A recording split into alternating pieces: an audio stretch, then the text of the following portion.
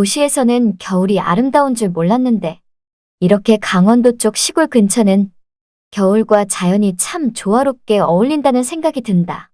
아무튼 난 지금 강원도 쪽에 출장이 있던 터라 볼일을 보고 이제 서울 쪽으로 내려가는 길이었다. 그런데 기상예보에도 없었던 눈이 내리기 시작하더니 어느새 눈발이 점점 더 거세져 갔다. 그리고 그 눈은 폭설로 변해가고 있었다. 차도에는 어느 순간 어둠이 낮게 깔리고 있었고 제설 작업이 늦어진 강원도의 어느 도로에서 나는 더 이상 옴짝달싹 못하는 신세가 되고 말았다. 그때였다. 갑자기 내 앞에 가던 차가 한순간 미끄러져서 갓길에 차를 박았고 멈춰섰다. 차에는 연기가 솔솔 피어오르기 시작한다. 나는 너무 놀라 잠시 지켜보다가 지나가는 차들이 없으니 나라도 나가서 도와줘야겠다 생각했다.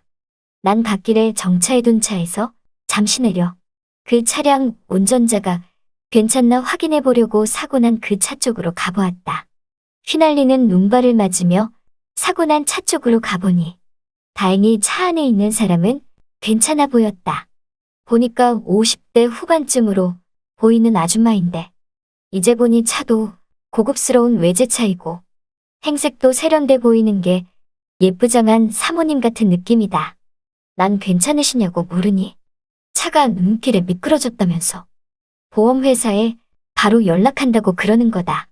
보니까 곧 보험회사 쪽에서 올 것 같았고 난 괜찮은 것 같아 다시 내 차로 와 차에 올라탔다. 그리고 다시 출발을 해볼까 했는데 역시나 눈발은 더 거세져갔고 말 그대로 폭설로 변한 이 도로엔 더 이상 차바퀴를 굴려가며 나아갈 수 없는 지경까지 이르게 되었다. 제설 작업은 하는 것 같은데 이곳은 아무래도 좀 더 늦는 느낌이 들었다. 이유는 바로 한계령, 미시령, 대관령, 진부령 같이 위험한 내리막길이 있는 도로가 아니라 시골의 작은 지방도로이다 보니 아무래도 제설 작업이 늦어지는 것 같다는 생각이 들었다. 난 안 되겠다 생각하여 우선 차 안에서 대기하며 제설 작업을 제대로 할 때까지 기다려보기로 했다. 그렇게 갓길에 차를 정차시킨 채로 라디오를 들으며 잠시 눈을 붙이고 있었는데 얼마 뒤 갑자기 누군가 차 유리문을 툭툭 두들긴다. 난 그 소리에 놀라 그쪽을 쳐다보니 좀 전에 사고 났었던 내 앞에 외제차 아주머니가 내 차 옆으로 와서 내 차 문을 두들기고 있다. 난 차 유리문을 내려 무슨 일이시냐고 물으니 보험회사에 연락했는데 워낙에 지금 기록적인 폭설이고 무엇보다 제설 작업이 늦어지기 때문에 이쪽으로 도저히 올 수 없다고 하는 거였다. 그리고 눈길 사고로 하여금 사고 차량들도 급격히 늘어나서 빠르면 내일 새벽쯤에야 올 수 있다고 하는 거다. 그 말을 듣고 나도 보시다시피 꼼짝도 못하고 이렇게 차 안에 있다며 제설 작업 끝날 때까지 기다리는 중이라고 하니까 이 아주머니가 머뭇머뭇거리며 무슨 할 말이 더 있는 것 같은데 그것까진 말을 안 하고 알았다며 다시 자기 차로 돌아간다. 그 아줌마가 다시 가고 난 히터를 켜놓고 라디오를 들으며 눈을 감고 있으니 한 15분 뒤에 그 아줌마가 다시 내 차에 오는 거다.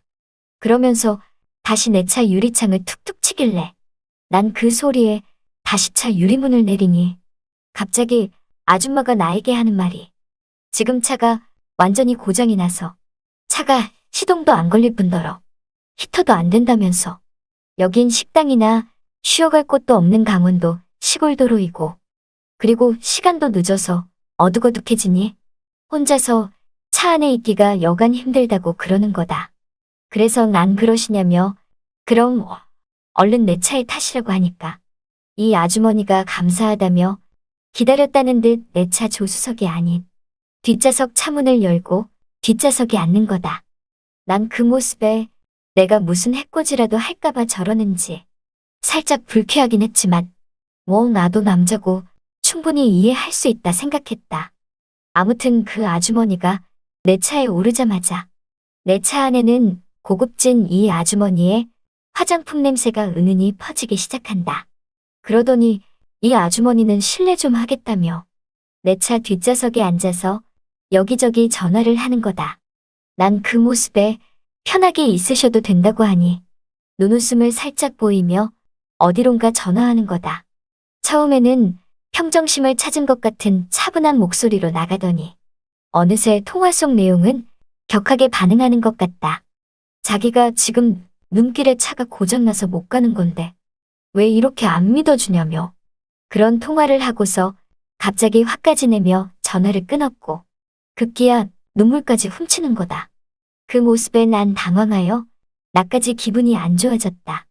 얼마 되지 않아 이 아줌마는 자기가 내 차 안에서 실수했다 생각했는지 그제서야 나보고 죄송하다면서 자기도 모르게 차 안에서 격하게 통화를 했다는 거다. 그래서 난 괜찮다고 말하며 급하게 어딜 가셔야 하는 거였냐고 물으니 아니라며 그냥 집으로 돌아가는 길이었다고 한다. 자기는 오랜만에 친척 집에 다녀오는 길이었다고 하면서 다시 서울로 가는 길에 이렇게 눈길에 사고가 난 거라고 하는 거다. 그러면서 나에게 다행히 좋으신 분 만나 차 안에 있으니 참 따뜻하고 좋다며 이 자리에 따뜻한 커피 한 잔만 더 하면 금상첨화일 것 같다고 말해서 난 차 뒤편에 놔두었던 캔커피 하나를 그 아주머니에게 주었다. 따뜻하진 않지만 그래도 캔커피 하나를 그 아주머니에게 마시라고 드리니 너무나 고맙다면서 캔을 딴다. 그리고 한 모금 들이키며 차창 밖으로 보이는 내리는 눈을 바라보고 있다. 참 눈이 많이도 온다면서 이렇게 눈이 많이 오니까 옛날 생각이 난다고 하는 거다. 그래서 나도 이제 나이가 들어가니 요즘엔 문득문득 옛날 생각이 많이 난다고 하니까 자기도 그렇다면서 우리 때는 이랬잖아요 저랬잖아요 하면서 옛날 이야기들을 하는데 비슷한 세대여서 그런가. 우리는 공감대가 금세 형성이 되었고 말 몇 마디 나누면서 편안한 친구같이 대화가 오고 가게 되었다. 그런데 이 아줌마가 조금씩 추위를 더 타길래 난 앞좌석으로 오라며 여긴 시트에 앉기만 해도 따뜻하다고 말하니 진작 거기에 앉을 걸 그랬다며 문을 열고 다시 조수석으로 올라탄다. 그렇게 난 오늘 처음 보는 이 아줌마와 단둘이 차 안에서 오붓하게 있게 되었는데 바로 옆에 앉으니까 이 아줌마에게서 나는 화장품 냄새가 더욱더 묘하게 느껴졌다.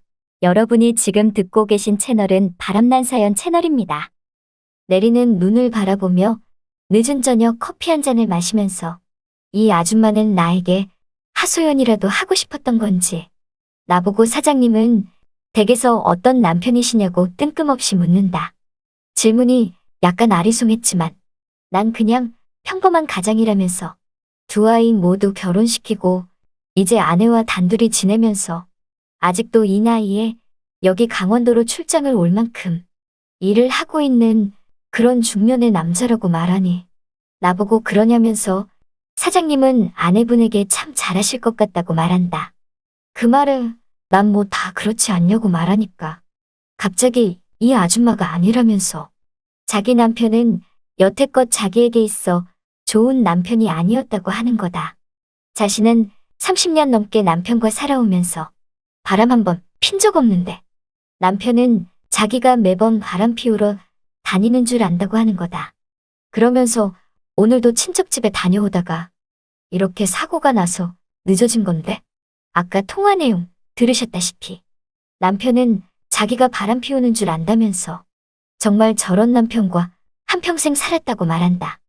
보니까 정말 바람 한 번 안 피운 것처럼 말하니 뭐 난 이 아줌마 말에 신뢰가 갔다.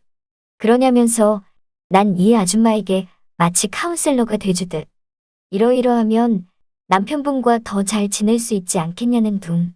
뭐 이런저런 말들을 했지만 그 말들을 모조리 다 필요가 없다는 듯. 결국 마지막엔 솔직히 남편이 그렇게 마음에 안 들면 이제라도 이혼하시라고 말하고 말았다.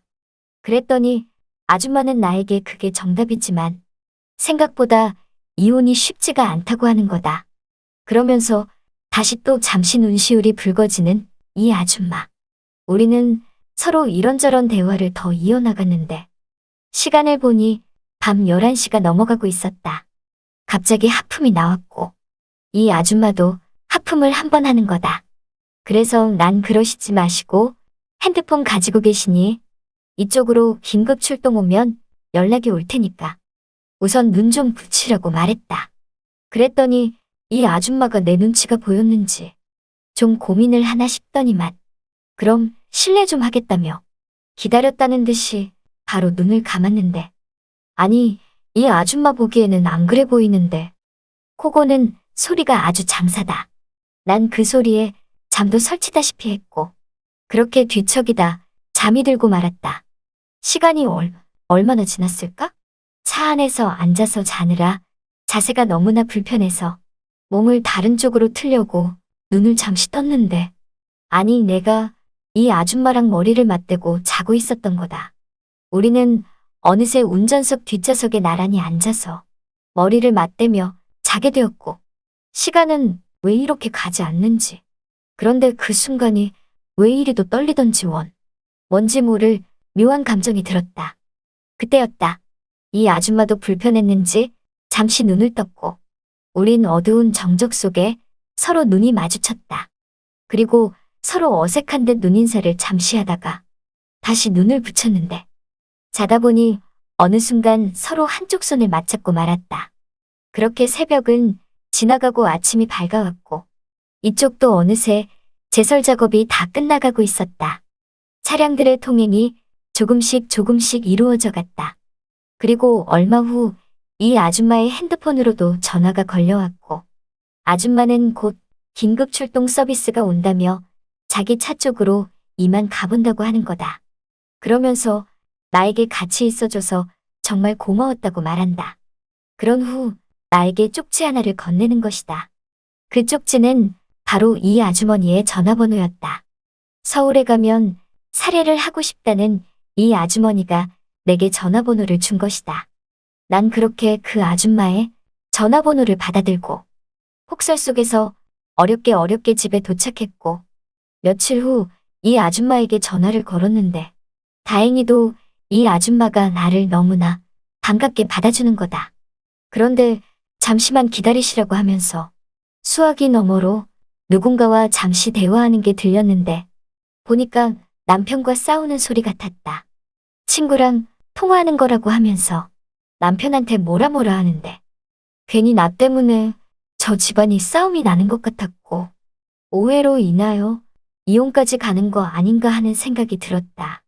그런 생각들을 하니 그 순간 나도 내가 실수했다 여겨졌다. 아무래도 전화는 하는 게 아니었는데 말이다. 그냥 그렇게 차 안에서 단둘이 보내던 걸 마지막으로 여겼어야 했는데 내가 괜히 작은 흑심을 품어서는 아무튼 내 자신이 몹쓸 놈이라는 생각이 들었다.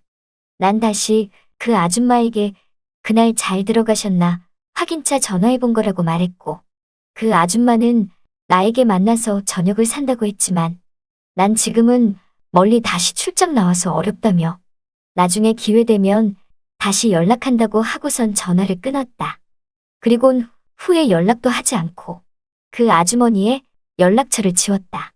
아무튼 이 얘기는 몇 년 전에 있었던 이야기인데 올해도 어김없이 눈길에 차를 몰고 운전을 하다 보니 그때 일이 문득 떠오른다. 그때 그 아주머니는 잘 있을지 내심 궁금한 오늘이다. 솔직히 이제 와서 하는 말이지만 그때 추위 속에서 함께했던 떨림은 젊었을 적 연애하던 감정과도 얼추 비슷한 느낌이었다.